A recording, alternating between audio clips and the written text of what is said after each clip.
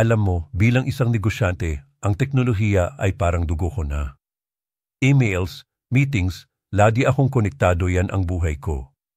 Pero sasabihin ko sa'yo, tong walang pigil na pagdaloy ng impormasyon, tong mga walang katapusang notifications, unti-unti na akong nilalamon. Parang lagi akong on, palaging nagre-react, hindi ko na maramdaman ang tunay na presensya ko. Nag-iisip ako ng sobra, hindi na ako makatulog at parang lagi akong nababalisa. Narealize ko, unti-unti nang nawawala ang kapayapaan ng isip ko. Tapos, natagpuan ko tong libro na Insured Success. Hindi ko naman inaasahan na